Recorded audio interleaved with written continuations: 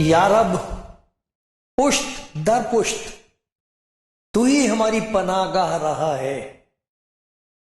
इससे पेशतर के पहाड़ पैदा हुए या जमीन और दुनिया को तूने बनाया, अजल से अब तक तू ही खुदा है। तू इंसान को फिर खाक में मिला देता है और फरमाता है, आए बनी आदम लौट आओ, क्योंकि तेरी नजर में 1000 बरस ऐसे हैं जैसे कल का दिन जो गुजर गया, और जैसे रात का एक पहर। तू उनको गोया सैलाब से बहा ले जाता है। वो नींद की एक झपकी की मानिंद है, वो सुबह को उगने वाली घास की मानिंद है। वो सुबह को लहलहाती और बढ़ती है, वो शाम को कटती और सूख जाती है। क्योंकि हम तेरे कहर से फना हो गए और तेरे गजब से परेशान हुए। तूने हमारी बदकिरदारी को अपने सामने रखा और हमारे पोशीदा गुनाहों को अपने चेहरे की रोशनी में, क्योंकि हमारे तमाम दिन तेरे कहर में गुजरे। हमारी उम्र ख्याल की तरह जाती रहती है। हमारी उम्र की मयाद 70 बरस है, या कुव्वत हो तो 80 बरस, तो भी उनकी रौनक महज मुशक्कत और गम है, क्योंकि वो जल्द जाती रहती है और हम उड़ जाते हैं। तेरे कहर की शिद्दत को कौन जानता है, और तेरे खौफ के मुताबिक तेरे गजब को। हमको अपने दिन गिनना सीखा, ऐसा कि हम दाना दिल हासिल करें। हमको अपने दिन गिनना सीखा, ऐसा कि हम दाना दिल हासिल करें। आप कलाम जिंदगी प्रोग्राम देख रहे हैं, सुन रहे हैं खुदा का कलाम। खुदा का कलाम जिसमें मोहब्बत है, खुदा का कलाम जिसमें कुदरत है, खुदा का कलाम जिसमें हिदायत है, खुदा का कलाम जो आपको आवाज देता है। मुबारक है वो जो सुन ले। इसीलिए तो खुदावंद के बंदे ने कहा है, मैं सुनूंगा कि खुदावंद खुदा क्या फरमाता है। लोग तो बहुत कुछ कह रहे हैं, बहुत कुछ सुनने को मिल रहा है, देखने को मिल रहा है, लेकिन आप सुन रहे हैं खुदा का कलाम, खुदा की मोहब्बत का बयान सुन रहे हैं आप। और खुदा करे दिल को तसल्ली भी मिले, एक नई उम्मीद भी जागे, और आपकी जिंदगी में खुदा की वो बरकत जाहिर हो, आपको उसका तजुर्बा हो जिसकी आपको जरूरत है। खुदा जरूर करेगा, जितना हम मांग रहे हैं उससे कहीं ज्यादा देगा। ये बात सच है, सच है।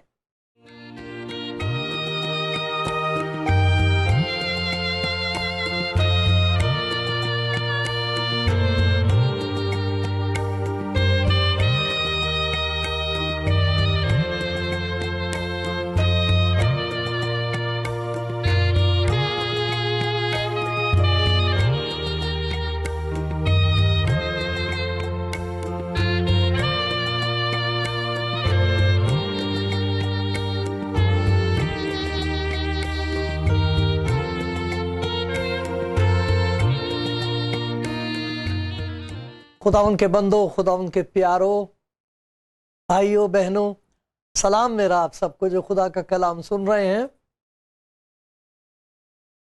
जिस तरह मैं आपके लिए दुआ करता हूं, मैं आपकी दुआ का मोहताज हूं। खुदा का शुक्रगुजार हूं उन चैनल्स के लिए जहां पर आप ये देखते हैं। आपको भी शुक्रगुजार होना चाहिए कि इसके वसीले से हम कई दफ़ा ऐसी बात सुन लेते हैं जिससे हमारी हिम्मत बढ़ जाती है। अचानक कोई ऐसी बात खुदा के कलाम में से हमको ऐसा लगता है जैसे प्यार से आवाज़ दे रही है। बहुत लोगों की बड़ी अजीब खूबसूरत गवाहियाँ हैं कि उन्होंने कलाम सुना, कलाम दिल में पहुंचा, एक हलचल मच गई, अंधेरा दूर हो गया।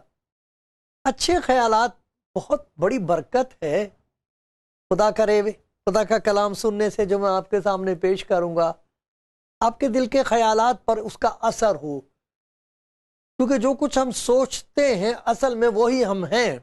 ये खुदा ने कलाम में बताया गया है। हम कहते तो हैं, कई दफ़ा बहुत अच्छी बात कहते हैं, बहुत अच्छे काम करते हैं, लेकिन खुदावंद हमारे दिल के ख्यालात को देखता है। बातिन में क्या है, हम सोचते क्या, क्योंकि सोचने से या तो हमारा खुदा के साथ ताल्लुक टूट जाता है और या खुदा की कुर्बत नसीब होती है। ऐसे प्यारे प्यारे ख्यालात दिल में आते हैं, उससे ऐसा लगता है जैसे खुदावंद करीब ही है। ऐसे ऐसे घिनौने ख्यालात और खौफनाक ख्याल दिन में आ जाते हैं, जिसकी वजह से जैसे बना बनाया खेल बिगड़ जाता है, घर उजड़ जाते हैं, जिंदगियां तबाह हो जाती ख्यालात की वजह से। तो उन पर जरा सा खुदा के कलाम में से देखेंगे कि किस किस्म के ख्यालात हैं जिनसे हमें मोहतात होना चाहिए। क्योंकि ये जो ख्यालात हैं अगर खुदा की तरफ से नहीं है, कलाम पर उनका आधार नहीं है, कलाम की वजह से वो ख्याल पैदा नहीं हुआ है, तो फिर वो बहुत ही खतरनाक और खौफनाक है। और हमको मालूम भी नहीं होता कि हमारा दुश्मन अंदर अंदर कैसे हमको खा रहा है, और अचानक छत गिर जाएगी, मकान गिर जाएगा, हमको मालूम नहीं होता। तो इसीलिए तो खुदा का बंदा कहता है, खुदा का इत्मीनान जो समझ से बिल्कुल बाहर है, तुम्हारे दिलों और ख्यालों को मसीह यीशु में महफूज रखे। दिल और उसके ख्यालात की हिफाजत करना बहुत जरूरी है। खुदा के कलाम में लिखा, दिल सब चीजों से ज्यादा हीलेबाज है और लाइलाज है।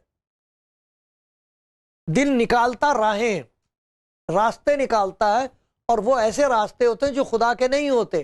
खुदा ने ये रास्ता बनाया कि इधर जा, वो दिल कहेगा उधर नहीं जाना, वहां जाके क्या मिलेगा तुझे, इधर आ। तो वो जो ख्यालात हैं वो किस किस्म के होते हैं, तो मैं उनका जिक्र करूंगा खुदा के कलाम के मुताबिक। और अगर ऐसा ख्याल कोई दिल में है तो आप उसी वक्त खुदावंद से कहिए, इस ख्याल को दूर कर दे मेरे अंदर से।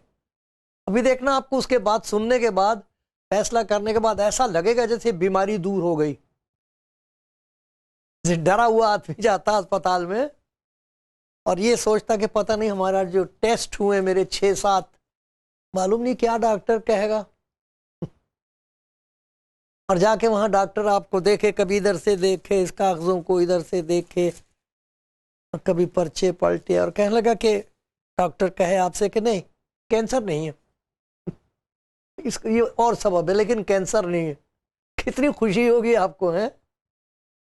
इसी तरीके से जब खुदावंद आपकी मदद कर दे और उस ख्याल को दिखा दे और आप उस ख्याल को कहें, आए खुदावंद इस ख्याल को भस्म कर दे, आपको ऐसा लगेगा जैसे तंदुरुस्ती आ रही है, ताकत आ रही है, ताजगी आ रही है, तारत हो गई, पाकीज़गी आ रही है। ऐसा हो, ये मेरी दुआ अपने लिए भी और आपके लिए भी है। अच्छी तरह सुनिए, दिल के कान से सुनिए। ये जब बातें खुदा के कलाम की होती हैं, किसी की जात पर हमला नहीं होता है, ये शैतान की उन ताकतों पर हमला होता है जिनका मुकाबला हमको करना चाहिए और कर रहे होते हैं। सुनिए कैसे कैसे ख्यालात आते हैं इंसान के दिल में। तो ये 2 किस्म के ख्याल होते हैं। एक को कहेंगे फखर, फखर करने लगता है इंसान, मैं बड़ा हूं, मुझसे बड़ा कोई नहीं है, अपने आप को बड़ा बनाने लगता है इंसान। ये भूल जाता कि मैं घास हूं भूल जाता कि मैं खाक हूं, कुछ भी नहीं हूं, खाक, खाक का पुतला कहते हैं। जब कोई मर जाता है तो उसका नाम नहीं लेते, नाम भी नहीं लेते कि मैं, जब किसी को दफन करते हैं तो कहते हैं इस मिट्टी को हम मिट्टी के सुपुर्द करते हैं, उसका नाम ही बदल गया, अब मिट्टी नाम हो गया उसका। हम भूल जाते हैं कि हम खाक हैं। इंसान खुदा को मालूम है, लेकिन वो हमारी सरिश्त से वाकिफ है, उसको मालूम है कि हम खाक हैं, हम भूल जाते हैं और क्या सोचने लगते हैं अपने बारे में, मैं बड़ा दानिशमंद हूं, मैं कौन मुझे सिखाएगा, ये जरा देखो इसको, ये मुझे मुझे क्या सिखाएगी ये। अपनी बीवी से कहते हैं तू मुझे क्या सिखाएगी, हालांकि वो बिल्कुल ठीक बात कह रही है, अकल की बात कह रही है, फायदे की नहीं। बच्चों से हम समझ की बात कह रहे होते हैं लेकिन उनको डांट देते हैं। दोस्त आपको अच्छा मशवरा देंगे, कहेंगे भैया तुम मुझे क्या सिखा रहे हो, जुमा जुमा 8 दिन की तुम्हारी पैदाइश है, मेरे पास ये इतनी डिग्रियां हैं, मुझसे ज्यादा दानिशमंद कोई नहीं है। ये बहुत खतरनाक चीज है कि इंसान अपने आप को दाना समझे। दाना छोटा होता, दाना समझना चाहिए, दाना नहीं कि मेरे पास सारी दानाई आ गई है, मुझसे ज्यादा कोई नहीं जानता। ये बहुत खतरनाक चीज है कि मैं बड़ा दानिशमंद हूं, कोई मुझे क्या सिखाएगा, ये फखर की बात है। दूसरी बात, मैं बड़ा दौलतमंद हूं, अरे भाई दौलत जरा देर में चली जाती है। और फिर समझदार लोग पहचान लेते हैं कि दौलत से सब कुछ खरीदा नहीं जा सकता। ये जो मेरी औलाद निकम्मी हो रही है, शराब पी पी के सड़कों पर घूम रहे हैं, पैसा मेरे पास बहुत है, अगर हो सकता तो मैं पैसे से इनसे दानाई खरीद लेता, समझ खरीद लेता, लेकिन नहीं, वो उनकी आंखों के सामने बर्बाद होंगे। यह है घमंड का नतीजा, उनकी औलाद बर्बाद होती है। घर में इत्मीनान कहां से आए, पैसा तो बहुत है, अपनी बीवी पे एतबार नहीं है, बच्चों पे एतबार नहीं है, दोस्तों पर एतबार नहीं है, किसी पर भी एतबार नहीं है। क्या करोगे उस दौलत का? मैं बड़ा दौलतमंद हो गया हूं, क्या मिल गया? अगर देखना कि दौलतमंद को क्या मिल सकता तो खुदा के कलाम में एक किताब है वाइज, सोलोमान से ज्यादा दौलतमंद कोई नहीं था, सुलेमान बादशाह से ज्यादा, ना उससे ज्यादा कोई दाना हुआ है। वो कहता सब बातिल है, बातिल, कुछ भी नहीं है ये। लेकिन नहीं, मैं बड़ा दानिशमंद हूं, मैं बड़ा दौलतमंद हूं, मैं बड़ा दीनदार हूं। और फिर वो आदमी सबके बारे में बात करेगा जैसे वो कुछ नहीं है, इतनी जल्दी इल्जाम लगाने पर तैयार होगा, उन्हें मारने को तैयार होगा, इन्हें खत्म कर दो, मैं दीनदार हूं, ये बदकार है, इन्हें मारो। ये वो शख्स है जो ये भूल जाता कि मैं गुनाहगार हूं, खताकार हूं, अगर खुदावन मेरे गुनाहों के मुताबिक मुझे सजा दे तो मैं बच नहीं सकता। लेकिन ये किस किस्म की का फखर है जो इंसान के अंदर आ जाता है, मैं बड़ा दानिशमंद हूं, मैं दाना हूं, मैं दौलतमंद हूं, मैं दीनदार हूं। और फिर उसका नतीजा क्या होता है कि ये चीज जो फखर है, ये बढ़ते बढ़ते कुफर में बदल जाए, कुफर कुफर बकता है इंसान। जबूर 14 अगर आप पढ़ें तो देखो उसमें क्या लिखा है, अहमक ने अपने दिल में कहा है, बाहर नहीं कहेगा, ये दिल बोलता, अंदर दिल के अंदर ख्यालात होते हैं। अहमक ने अपने दिल में कहा कोई खुदा नहीं। निकलते हैं कॉलेज में से निकल के बड़ा इल्म हासिल करके कि जी कोई खुदा नहीं। कोई कह रहा था तू मुझसे पूछ के हिकमत है क्या, हिमाकत क्या, मैं बताऊंगा तुझे क्या किताबें पढ़ता है। मुझसे पूछ, मैं बताऊंगा हिकमत क्या चीज है, और मैं बताऊंगा हिमाकत क्या है। ये जो जहालत की बातें तुम कर रहे, तू मुझसे पूछ कि हिकमत है क्या, हिमाकत क्या, मैं खुद खुदा हूं। खुदा की मुझे जरूरत क्या, मैं खुद खुदा हूं। या यहां तक कुफर बकने को तैयार हो जाता है इंसान जिसकी जिंदगी में फख्र का कब्जा हो जाए, मैं बड़ा दानिशमंद हूं, मैं बड़ा दौलतमंद हूं, मैं जिसे चाहे खरीद लूं, मैं सारे सियासतदानों को खरीद लेता हूं, मैं बड़ा दीनदार हूं, मरने के बाद खुदा जरूर मुझे इसका बड़ा अजर देगा, मुझे नहीं कोई रोक सकेगा। वहां देखो ना किस किस्म की हिमाकत है ये। और फिर ये कहना आखिर में कि मैं खुदा हूं, वो कोई खुदा नहीं है। ये खुदा का बंदा कहता, अहमक ने अपने दिल में कहा कोई खुदा नहीं, वो बिगड़ गए, उन्होंने नफरत अंगेज काम किए, कोई नेकोकार नहीं। खुदावन ने आसमान पर से आदम पर निगाह की ताकि देखे कोई दानिशमंद, कोई खुदा का तालिब है या नहीं। वो सब के सब गुमराह हुए। कौन? जिनके अंदर फखर, वो नजिस हो गए, कोई नेकोकार नहीं, एक भी नहीं, सब बद किरदारों को क्या इन सब बदकिरदारों को कुछ इल्म नहीं है? हाँ, इल्म तो है। जो मेरे लोगों को ऐसे खा जाते हैं जैसे रोटी, खुदा का नाम नहीं लेते, खा रहे हैं लोगों को, गरीबों को लूट रहे हैं। इतनी दौलत है फिर भी गरीब को लूटेंगे, बेवा को लूटेंगे, उनकी जमीन हड़प करेंगे, पेट ही नहीं भरता। या कनात पुरकुनद या खाके गोर, वरना आंख नहीं भरती। जो फख्र करता है फिर कुफर बकता है। ये देखो कितनी खतरनाक चीज है। इसके सिलसिले में खुदा यीशु मसीह की नसीहत देखने के लायक है, सुनने के लायक है।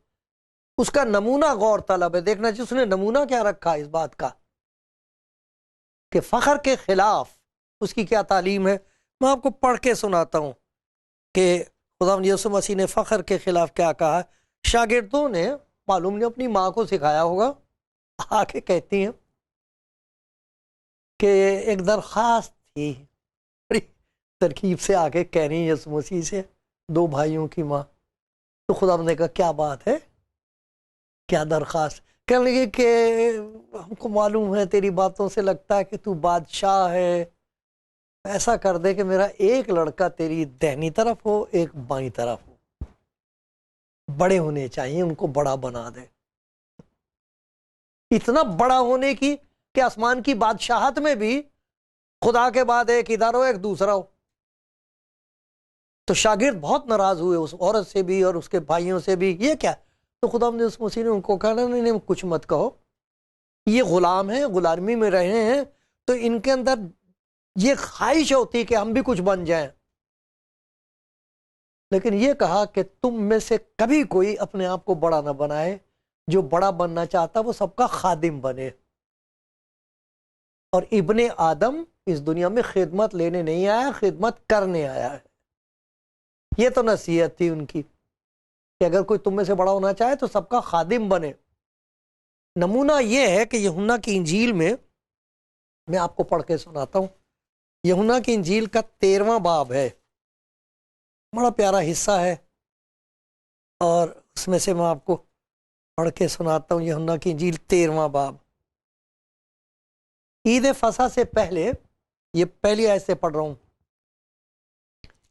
ईद फसा से पहले जब यीशु ने जान लिया कि मेरा वो वक्त आ पहुंचा कि दुनिया से रुखसत होकर बाप के पास जाऊं, तो अपने उन लोगों से जो दुनिया में थे जैसी मोहब्बत रखता था, आखिर तक मोहब्बत रखता रहा।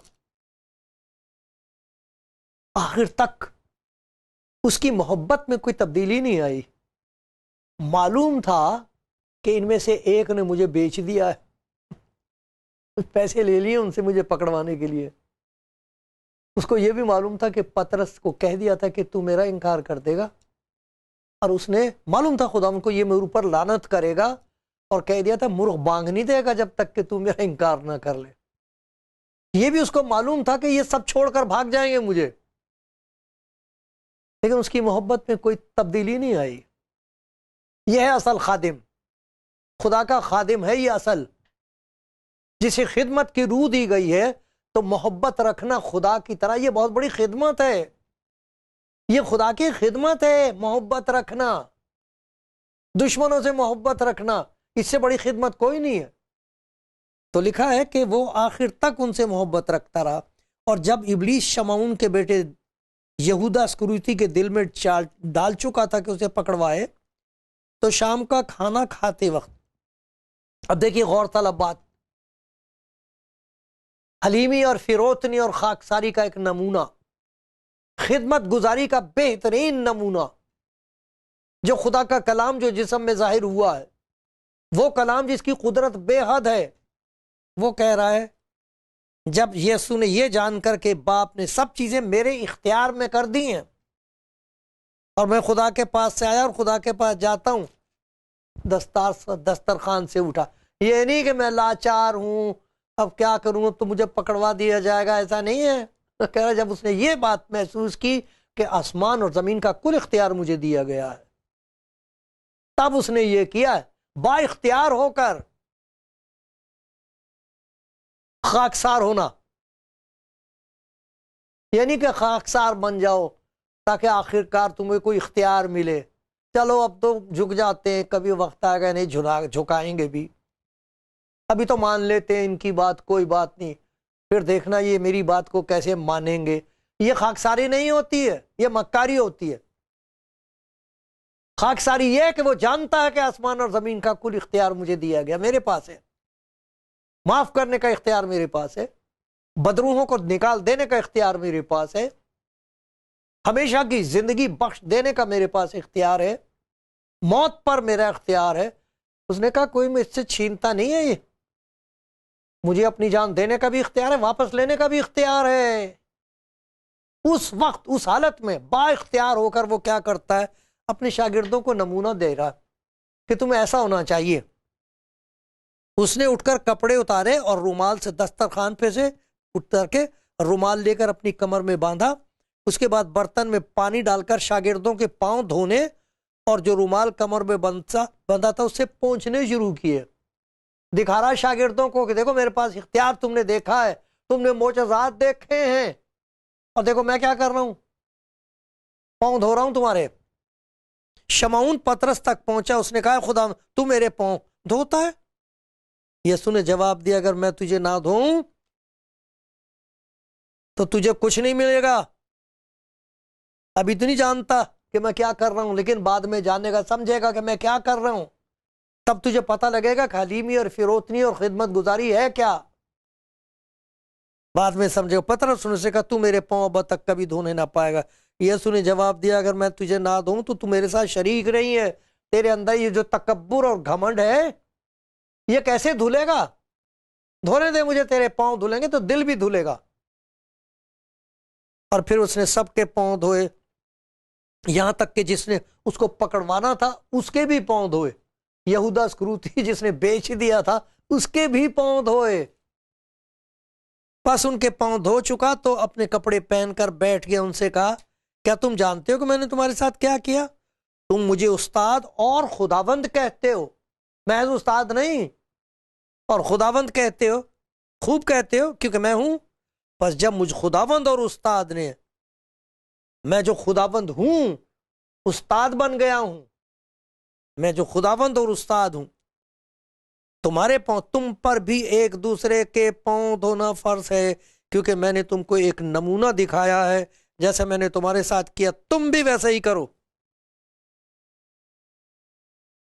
क्या तकब्बुर, क्या घमंड इंसान के अंदर हो जाता है जो ये समझता है कि मैं दौलतमंद हूं, मैं दीनदार हूं, मैं दानिशमंद हूं।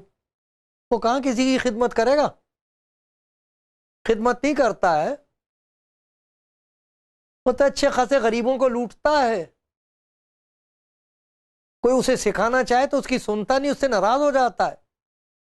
अगर बीवी उसको कहे कि ये जो कुछ आप कर रहे हो ये ठीक नहीं, ओहो मारेगा उसे,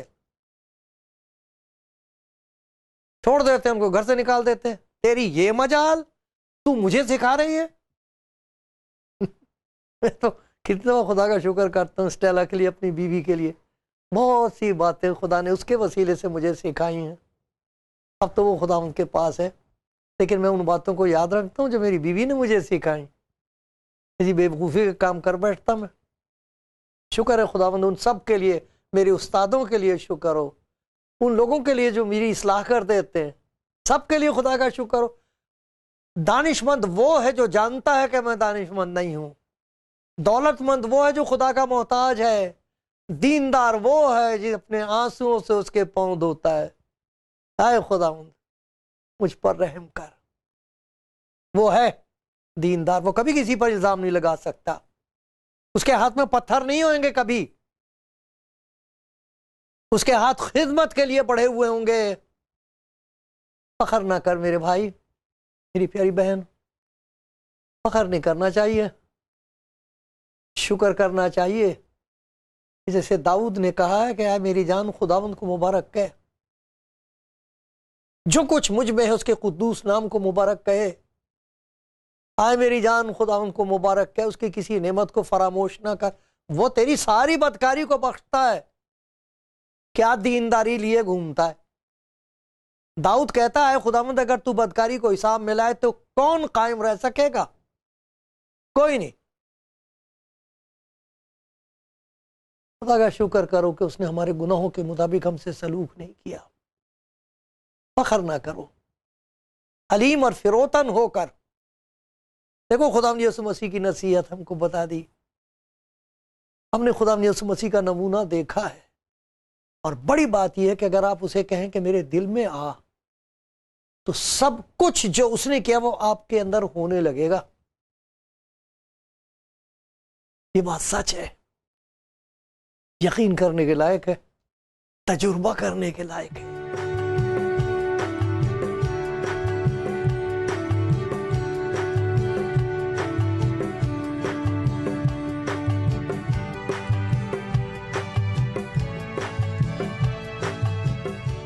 प्यारी बहन, प्यारे भाई, आप सुन रहे हैं खुदा यीशु मसीह का कलाम।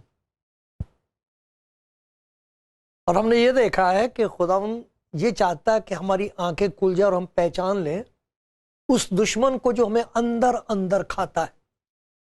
जिसे मालूम नहीं होता कैंसर का, पता नहीं लगता, अंदर अंदर वो हमको खाता है। ओ बहुत खतरनाक चीज है।